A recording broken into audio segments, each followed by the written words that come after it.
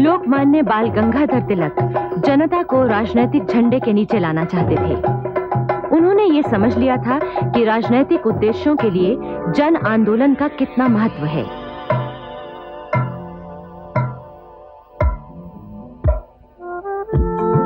उन्होंने गणेश पूजा और शिवाजी महाराज के वार्षिकोत्सव को सार्वजनिक त्योहारों का रूप दिया ताकि लोगों को अपने भूतकाल पर गौरव हो। तिलक द्वारा प्रकाशित मराठी के केसरी और अंग्रेजी के मराठा समाचार पत्र दोनों ही सामाजिक और राजनीतिक न्याय की वकालत करते थे। इन पत्रों ने गरीबी के दलदल में फंसी जनता की आवाज ऊंची की। सन 1894 में पूना में चाफेकर बंधुओं ने प्रथम क्रांतिकारी संगठन स्थापित किया। उन्होंने इस संगठन के अंतर्गत गणपति पूजा और शिवाजी उत्सव का आयोजन किया। इनमें पढ़े जाने वाले गणपति श्लोक और शिवाजी श्लोक दोनों ही अंग्रेजी राज के खिलाफ थे।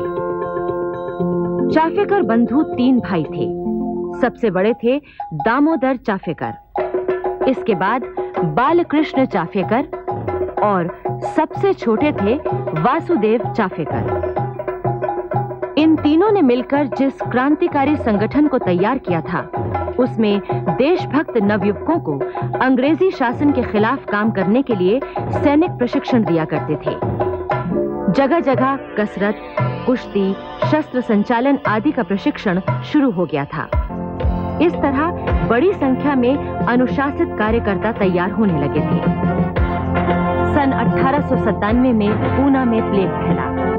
सरकार की ओर से नियुक्त मिस्टर रैंड ने रोगियों को खोजने के बहाने घर घर की तलाशी शुरू कर दी। कुछ घरों में राजनीतिक बातों संबंधी कागजात भी मिले। मिस्टर रैंड ने इन तलाशियों के नाम पर जनता पर अत्याचार शुरू कर दिया। इससे लोग परेशान हो उठे। लोकमान्य तिलक ने इन तलाशियों का विरोध करते हुए कहा कि ये सब हमारे राष्ट्र की आत्मा को कुचलने के लिए किया जा रहा है। 22 जून 1897 को महारानी विक्टोरिया का 60वां राज्याभिषेक दिवस मनाया गया। पूना में भी खूब धूमधाम थी, खूब रोशनी हुई, आतिशबाजी छूटी और ब्रिटिश अफसर खूब नाचे और झूमे। रात को घर लौटते हुए मिस्टर रैंड और उनके साथी लेफ्टिनेंट आर्यस्ट पर अचानक गोली चली। हत्यारे भाग निकले। इस घटना से सारे भारत की ब्रिटिश सत्ता चौंक उठी थी कि क्या फिर से क्रांति होने वाली है। चाफेकर बंधुओं ने न सिर्फ इन हत्याओं को कबूल किया, बल्कि ये भी माना कि हमने महारानी विक्टोरिया की मूर्ति पर कोलतार भी पोता है। उन्होंने कहा, हमें खुशी है कि हमारे माथे पर विद्रोह का टीका लगा है। चाफेकर बंधुओं पर मिस्टर रैंड और लेफ्टिनेंट आर्यस्ट की हत्या के लिए मुकदमा चलाया गया और तीनों भाइयों को मृत्यु दंड दिया गया। पूना की यरवदा जेल में दामोदर चाफेकर को 18 अप्रैल 1898 को, वासुदेव चाफेकर को 8 मई 1899 को और बालकृष्ण चाफेकर को 12 मई 1899 को फांसी दी गई। अब अंग्रेज लोकमान्य तिलक की ओर मुड़े। उन पर यह अभियोग लगाया गया कि 15 जून के केसरी में आपने जो लेख लिखा था वो भड़काने वाला था और इसी कारण चाफेकर बंधुओं ने मिस्टर रैंड और मिस्टर आर्यस्ट की हत्या की। आप चूंकि क्रांति भड़काते हैं, इसलिए आपको 6 साल कैद की सजा दी जाती है। लोकमान्य तिलक की सजा के खिलाफ देश भर में आंदोलन शुरू हो गए। लोगों में क्रांति की आग सुलग उठी। लोग त्याग और बलिदान के लिए चल पड़े। महाराष्ट्र के प्रसिद्ध क्रांतिकारी विनायक दामोदर सावरकर इस समय किशोरावस्था में थे। उन्होंने चाफेकर बंधुओं के बलिदान से प्रेरित होकर प्रतिज्ञा की थी, मैं भारत माता की गुलामी की जंजीरें तोड़ने के लिए अपना पूरा जीवन समर्पित करता हूँ। विनायक दामोदर सावरकर ने लोकमान्य तिलक के विचारों से प्रभावित होकर मित्र मेला नामक संस्था की स्थापना की, विदेशी वस्त्रों की होली जलाई और स्वदेशी आंदोलन को बढ़ाया। सावरकर ने युवकों को संगठित करके उन्हें हथियारों से लैस होने का आह्वान किया। उनकी इस सशस्त्र क्रांति की पुकार ने मद्रास और बंगाल तक क्रांति की ज्वालाएं भड़का दी। इन्हीं दिनों स्वामी विवेकानंद देश के नवयुवकों में अपने राष्ट्र के अतीत के प्रति गौरव और आत्मसम्मान की भावना जगाने में जुटे हुए थे। स्वामी विवेकानंद अपने गुरु रामकृष्ण परमहंस के मानवतावाद के प्रचारक थे। उन्होंने रामकृष्ण परमहंस के उपदेशों से भारतीय परंपरा की महानता को समझा था। विदेश यात्रा के बाद जब वो 1897 में भारत वापस आए तो उन्होंने पाश्चात्य संस्कृति की श्रेष्ठता को चुनौती दी और कहा कि हम उनसे कहीं अधिक ऊंचे हैं। उन्होंने देश के नवयुवकों से कहा, तगड़े बनो, मर्द बनो, तुम ऐसे कर्म को अपनाओ जो हम में आस्था पैदा करे, राष्ट्रीय आत्मसम्मान पैदा करे और गरीबों को भोजन तथा शिक्षा दिलाने के साथ साथ पीड़ितों का कष्ट दूर करने का समर्थन करे। हे वीर, तू साहस कर, गर्वित हो कि तू भारतीय है और बड़े गर्व के साथ ये कहे कि मैं भारतीय हूं और हर एक भारतीय मेरा भाई है। भारत भूमि मेरे लिए सर्वोच्च स्वर्ग है। भारत की भलाई मेरी भलाई। कांग्रेस का 11वां अधिवेशन सन 1895 में हुआ था। इसकी अध्यक्षता सुरेंद्रनाथ बैनर्जी ने की थी। सुरेंद्रनाथ बैनर्जी ने इस अधिवेशन में 2.5 घंटे तक भाषण दिया था। अब तक के कांग्रेस अधिवेशनों में सबसे लंबा भाषण यही था। सन 1898 में लॉर्ड कर्जन भारत का वॉयसरॉय बनकर आया। लॉर्ड कर्जन एक बेहद महत्वाकांक्षी, घमंडी, हठी और तुनक मिजाज व्यक्ति था। वो दूसरों की सलाह की परवाह नहीं करता था। अपने आप को वो हमेशा सही समझता था और अपने मातहतों की भावनाओं को निर्दयता से कुचलने में जरा भी संकोच नहीं करता था। लॉर्ड कर्जन नहीं चाहता था कि भारतीय राष्ट्रीय कांग्रेस एक ताकत के रूप में उभरकर ब्रिटिश साम्राज्य के लिए खतरा बने। इंग्लैंड में भारतीय मामलों के मंत्री मिस्टर हैमिल्टन से उसने कहा था, मेरी एक महत्वाकांक्षा ये है कि मैं कांग्रेस के शांतिपूर्वक निधन में सहायक बनूं। और जॉर्ज हैमिल्टन ने लॉर्ड कर्जन को शाबाशी देते हुए कहा था, अगर 1-2 साल में कांग्रेस पूरी तरह लड़खड़ा जाती है तो उसके लोभ का श्रेय तुम्हें ही मिलेगा। कर्जन ने अपने मंसूबों को पूरा करने के लिए पहला मोहरा शिक्षित मध्यम वर्ग को बनाया, जिससे उसका राजनीतिक प्रभाव खत्म हो सके। ऐसे लोगों में बंगाल का प्रबुद्ध वर्ग सबसे आगे था। इसके लिए उसने उन्हें अलग थलग करने की योजना बनाई, जो बाद में बंग भंग के नाम से जानी गई। बंग भंग यानी बंगाल का विभाजन ऊपरी तौर पर इसलिए किया जाना था कि बंगाल प्रांत बहुत बड़ा है और प्रशासन ठीक तरह से नहीं चल पाता, लेकिन उसका वास्तविक उद्देश्य ये था कि उस समुदाय की राजनीतिक एकता को छिन्न भिन्न कर दो जो सरकार के खिलाफ देश को नेतृत्व प्रदान कर रहा है। बंग भंग की योजना दिसंबर 1903 में प्रकाशित हुई तो उसके खिलाफ देश भर में आवाज उठी। अखबारों ने उसकी निंदा की और प्रस्ताव का विरोध किया। लॉर्ड कर्जन ने 18 फरवरी 1904 को बंग भंग के खिलाफ उठ रहे जनता के प्रचार का जवाब देने के लिए पूर्वी बंगाल के चटगांव, ढाका और मेमनसिंह जिलों का दौरा किया। उसने अपने भाषणों में जनता में सांप्रदायिक विष और अहंकार को उकसाया, लेकिन फिर भी पूर्वी बंगाल की जनता पर उसके इन भाषणों का कोई असर नहीं पड़ा। लॉर्ड कर्जन ने इस योजना को लागू करने के लिए भारतीय अधिकारियों और इंग्लैंड के शासकों से लंबी बातचीत की। आखिर सन 1905 के आरंभ में बंग भंग संबंधी लॉर्ड कर्जन के इरादे स्पष्ट हो गए और उसी के साथ उभरा बंग भंग विरोधी जन आंदोलन। 10 जनवरी 1905 को कलकत्ता के टाउन हॉल में हजारों लोगों की जनसभा में लॉर्ड कर्जन के बंग भंग संबंधी प्रस्ताव की खुलकर निंदा हुई। फिर जब ब्रिटिश सरकार ने बंग भंग प्रस्ताव को अंतिम रूप देकर प्रकाशित किया तो जैसे आग में घी पड़ गया। इसने सारे बंगाल को झकझोर दिया। और सभी भारतीयों ने, चाहे वे किसी भी आयु, जाति, धर्म और व्यवसाय के हों, उन्होंने जमकर विरोध किया।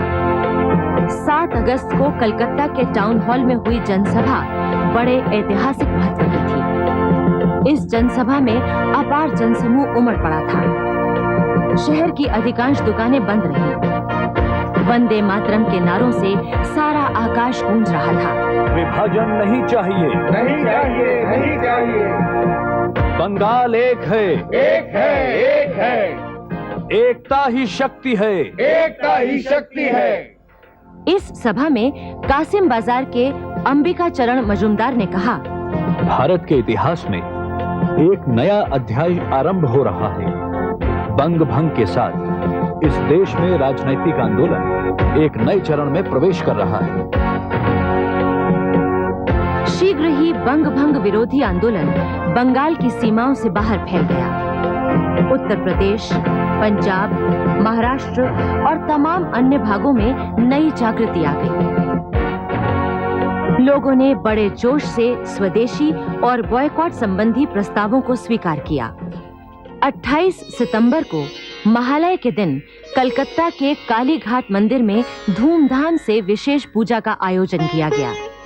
पूजा के बाद भक्तों ने सामूहिक रूप से मां काली के सामने प्रतिज्ञा की, जहां तक संभव होगा मैं विदेशी वस्तुओं का इस्तेमाल नहीं करूंगा। ये प्रतिज्ञा पूरे बंगाल के काली मंदिरों में दोहराई गई। आखिर 16 अक्टूबर 1905 को वो काला दिन आया जब विभाजन लागू हुआ और बेकफील्ड फुलर ने नए प्रांत के गवर्नर का पद संभाला। इस दिन को बंगाल में पवित्र संकल्प और गहरे शोक का दिन माना गया। सवेरा होते ही झुंड के झुंड लोग नंगे पांव गंगा घाटों की ओर बढ़ने लगे।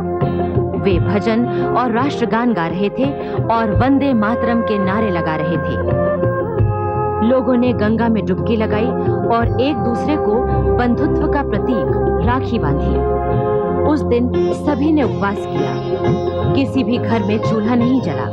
तीसरे पहर लोग फेडरेशन हॉल की नींव रखने के समारोह के लिए एकत्र हुए। इस हॉल को समस्त बंगालियों की एकता के प्रतीक स्वरूप बनाने का निश्चय किया गया था।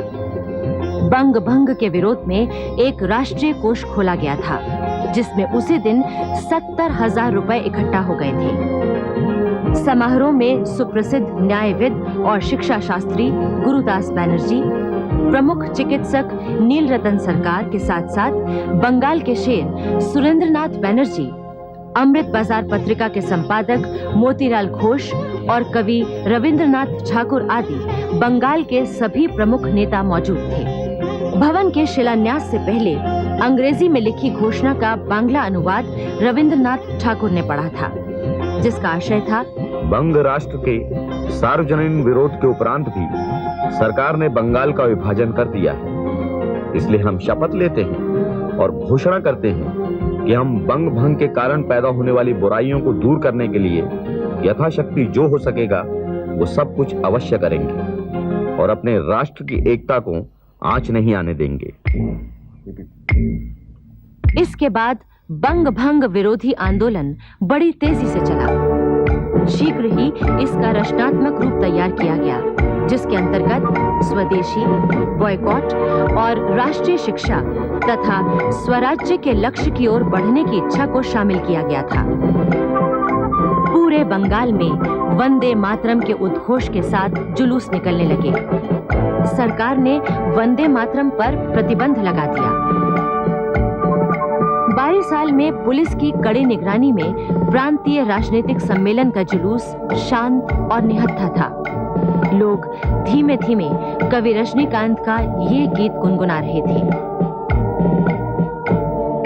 इसका आशय ये था कि माँ के दिए हुए मोटे कपड़े को सिर झुकाकर स्वीकार करो। तुम्हारी माँ दीन दुखी है, इससे अधिक उसके वश की बात नहीं है। जुलूस में शामिल लोगों की बाहों पर वंदे मातरम के बिल्ले लगे हुए थे। आखिर थोड़ी दूर जाने के बाद पुलिस ने जुलूस पर आक्रमण कर दिया। लोगों पर पुलिस की लाठियां बरसने लगी। मार से तिलमिलाकर एक लड़के ने वंदे मातरम कहा तो पुलिस ने उसे तालाब में फेंक दिया। पुलिस ने उस समय इतने जुल्म किए कि सारे देश में उसकी निंदा हुई। पुलिस के दमन के बावजूद भी बारीसाल में सम्मेलन हुआ और सुरेंद्रनाथ बैनर्जी ने अपनी ओजस्वी वाणी में जनसमूह को संबोधित किया, किंतु बाद में उन्हें गिरफ्तार कर लिया गया और उन पर जुर्माना किया गया। लोकमान्य बाल गंगाधर तिलक इस समय जेल से छूटकर आ गए थे। उन्होंने केसरी में आपात स्थिति आ गई है शीर्षक लेख में बंगाल विभाजन के विरोध और बहिष्कार के पक्ष में जमकर प्रचार शुरू कर दिया। उन्होंने कहा, समय आ गया है कि स्वराज की मांग की जाए। टुकड़े टुकड़े सुधारों में काम नहीं चलने वाला। पंजाब में आर्य समाज ने स्वदेशी के सिद्धांत का प्रचार करने में बहुत बड़ी भूमिका निभाई। आर्य समाज के प्रचारक लोगों को स्वदेशी वस्तुओं का प्रयोग करने के लिए प्रेरणा देते हुए गांव-गांव घूमे। उत्तर प्रदेश में भी आंदोलन फैला और स्वदेशी का प्रचार सभी जिलों में होने लगा। जगह जगह सभाएं हुई और स्वदेशी स्टोर खोले गए। इसके साथ ही दक्षिण भारत में ये आंदोलन फैला और वहां के अनेक जिले प्रभावित हुए। इधर कांग्रेस में दो दल हो गए थे और स्वतंत्र रूप से कार्य करने लगे थे। गरम दल के नेता थे लोकमान्य तिलक और नरम दल के नेता थे गोपाल कृष्ण गोखले, सुरेंद्रनाथ बैनर्जी आदि। तिलक का प्रभाव कांग्रेस में बराबर बढ़ रहा था। वो राष्ट्रीय नेता बन चुके थे। नरम दल वाले जानते थे कि यदि इस समय कांग्रेस के अध्यक्ष का चुनाव कराया तो तिलक भारी संख्या से जीत जाएंगे। इसलिए कलकत्ता में जब कांग्रेस का 22वां अधिवेशन हुआ तो उसके अध्यक्ष दादा भाई नौरोजी बनाए गए। इस अधिवेशन में 1600 से अधिक प्रतिनिधियों ने भाग लिया था। इस बार जनता ने बड़े उत्साह से इसमें भाग लिया था। इस तरह बंग भंग के खिलाफ छेड़े गए आंदोलन ने जनता में ब्रिटिश सरकार विरोधी भावनाओं को बड़ी तेजी से बढ़ाया और चारों ओर असंतोष की लहर छा गई।